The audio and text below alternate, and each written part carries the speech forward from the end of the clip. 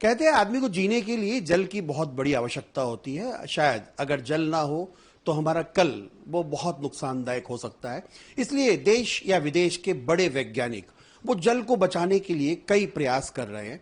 और इसी कड़ी के अंदर में आज हमारे साथ में एक छोटी सी नन्ही बच्ची जो तकरीबन 16 साल की है और इसने जल को बचाने के लिए एक बहुत बड़ा कदम उठाया है।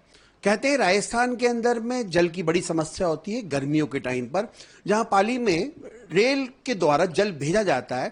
वहीं आज भी राजस्थान के कई हिस्सों के अंदर में तकरीबन 500 से 600 फीट के आसपास पानी निकला जाता है। कुछ एक जगह ऐसी है जहां पर पानी 300 फीट पर आ जाता है।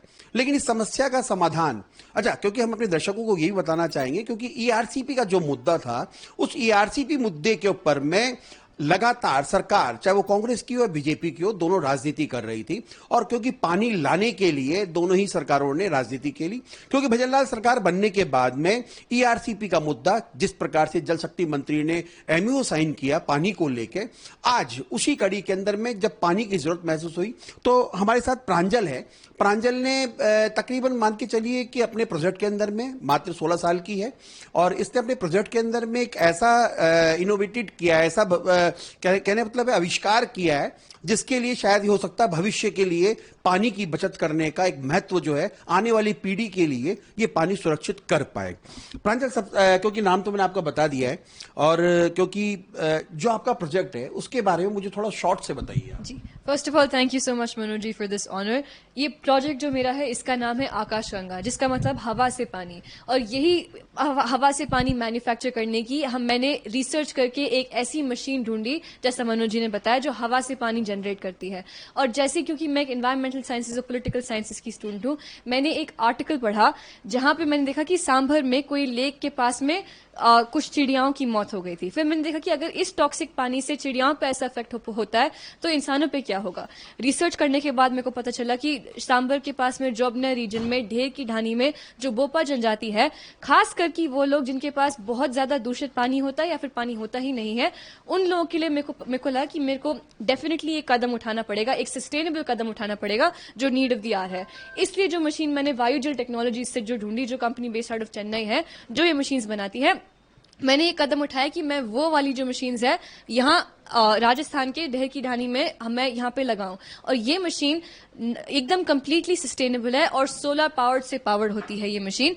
And this is India's first sustainable renewable water project, जिसमें जो मशीन हवा से पानी जनरेट करती है वो कंप्लीटली सोलर पैनल पावर्ड है। और ये जो मशीन है 3 हैमलेट्स जो है वहां पे ढेर की ढानी की बोपा जनजाति को कवर करेगा और उनको डेली सस्टेनेबल सोर्स और पूरा क्लीन पोर्टेबल वाटर देगा पीने के लिए। अच्छा, क्योंकि ये जो पानी निकलेगा, ये जैसे हम लोग आरओ का पानी पीते हैं, बिल्कुल वैसा ही निकलेगा या उसके टेस्ट में कुछ फर्क होगा, या एक तरह से देखा है प्योर हाइजेनिक होगा पानी, या उसको भी कहीं हमें प्यूरिफाई करना पड़ेगा? जी बिल्कुल नहीं करना पड़ेगा, एकदम प्योर हाइजीनिक पानी आएगा। जैसे मैंने बोला था, ये पानी जो है, ये जो मशीन है नैनो टेक्नोलॉजी से पानी हार्नेस करती है। वहां पे मशीन में माइक्रो नैनो स्ट्रक्चर्स है जो नैनो इंजीनियर्ड है, जो पानी हार्नेस करते हैं। और मशीन के अंदर जो मैकेनिज्म्स है वो पानी को मिनरलाइज करते हैं हेल्थ और टेस्ट के लिए। और इतना प्योर पानी तो हम लोग भी नहीं पीते होंगे जहां वो वहां पे जनरेट होगा प्योर पानी। उसका टीडीएस लेवल कितना हो सकता है? जैसे कि हम जो अभी नॉर्मल पानी पीते हैं उससे ज्यादा हो सकता है या उससे कम हो सकता है? उससे ज्यादा हो सकता है। अभी हमने पानी जो हमने मशीन में डाला है वो हमने टेस्टिंग के लिए भेजा है। अभी इनॉग्रेशन नहीं हुआ पर हमने पानी टेस्टिंग के लिए भेजा है।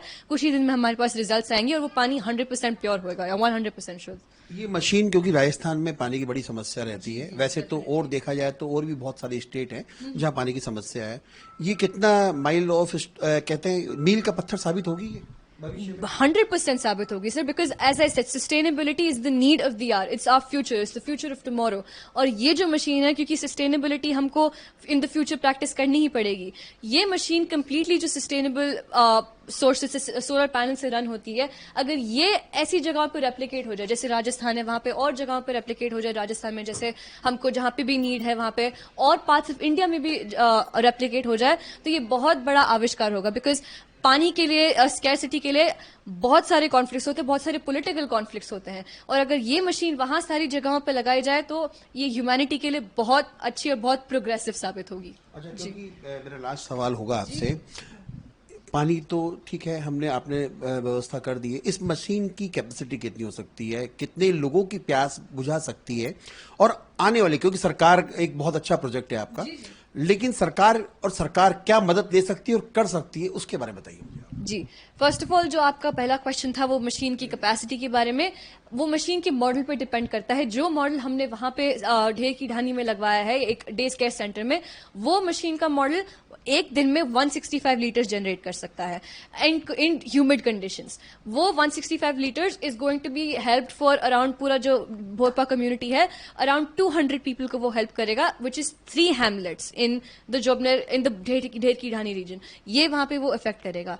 आपका दूसरा सवाल था ये सरकार, जी हाँ, सरकार इसमें क्या सहयोग दे सकती है। ये प्रोजेक्ट जैसे ही जैसे हमने अभी बहुत इसके बारे में सोशल मीडिया पे हमने पोस्ट किया, हमारे पास वेबसाइट, हमारा क्राउड फंडिंग कैंपेन था इस प्रोजेक्ट को सक्सेसफुल इसको एग्जीक्यूट करने के लिए। जैसे ही ये प्रोजेक्ट थोड़ा सा टेलीवाइज होगा, स्पेशली आप जैसे लोगों की वजह से, बहुत हमको thank you first of all, जो यहाँ पे लोगों को इसके बारे में नॉलेज मिल रही है। इस हिसाब से जब सरकार को पता चलेगा कि यहाँ पे ये इन लोगों के, इन बच्चों के, खासकर की बच्चों के और बूढ़ों के उद्धार के लिए ये मशीन यूज हो रही है, we really hope to get the support in the form of funds, in the form of recognition, कि वो यहाँ पे आएंगे, हमारी मशीन को देखेंगे, हमारे साथ इनॉग्रेशन में हेल्प करेंगे, एंड हमको फंडिंग में सपोर्ट करेंगे, बिकॉज खास करके ताकि वहाँ पे बच्चों पे और बूढ़ों पे, जिनको सबसे ज्यादा प्रॉब्लम्स होती है, मेंटल और फिजिकल हेल्थ डिसेबिलिटीज, वो कभी होए ना, वो हमारा फ्यूचर सिक्योर रहे। ये जितना भी प्रोजेक्ट है, ये आप अपनी तरफ से एक तरह से फ्री ऑफ कॉस्ट प्रोजेक्ट है, इस पे कोई चार्ज वगैरह नहीं? बिल्कुल भी नहीं sir, this is completely free of cost for जो पीपल वहां पे हैं जिनके पास वो पानी नहीं आता, बिकॉज वो रीजन बहुत ज्यादा इम्पोवरिश्ड है। और ये एक प्रोजेक्ट है जो मेरा पैशन प्रोजेक्ट है, जो मेरे को as being a citizen of Jaipur करना ही था, बिकॉज जो भी मैं आज हूँ, राजस्थान ने मेरे को सब कुछ दिया, जयपुर ने मेरे को सब कुछ दिया। इट ओनली मेक्स सेंस कि जिस जहां पे प्लेटफॉर्म में मैं जहां पे हूँ आज, जो भी मैं हूँ आज, राजस्थान की वजह से मैं हूँ आज, और अब मेरी बारी है इस कम्युनिटी को गिव बैक करने का। और यही कम्युनिटी को मैं इन्हीं प्रोजेक्ट्स के टाइम पे इनकी फिजियोलॉजिकल नीड्स फुलफिल करके, water being one of the most की फिजियोलॉजिकल नीड्स, उनको फुलफिल करके ये प्रोजेक्ट को सक्सेसफुल बना सकती हूँ और उनका हेल्प कर सकती हूँ। So that is what this project is all about, free of cost sir. I go to Jayashree Pariwal International School, sir, which is in Jaipur only right now, and I'm in 12th grade right now. Yes, sir. ये थी प्रांजल, जो हमारे कल के लिए लड़ रही है। किससे? सरकार से और जल से। क्योंकि अगर हमारे पास कल पीने लायक जल नहीं होगा, पानी नहीं होगा, तो शायद हम इस धरती पे ना रह पाए। क्योंकि जो हमारी जल की पूर्ति है, वो शायद या तो बारिश के माध्यम से या और प्राकृतिक स्रोतों के माध्यम से की जाती है। लेकिन शायद हो सकता है प्रांजल हमारे भविष्य को या हमारे आने वाले भविष्य को सुरक्षित रख सके, लेकिन सरकार से मदद की जरूरत भी है। कैमरामैन घनश्याम के साथ मनोज शर्मा, IMB नेटवर्क, जयपुर।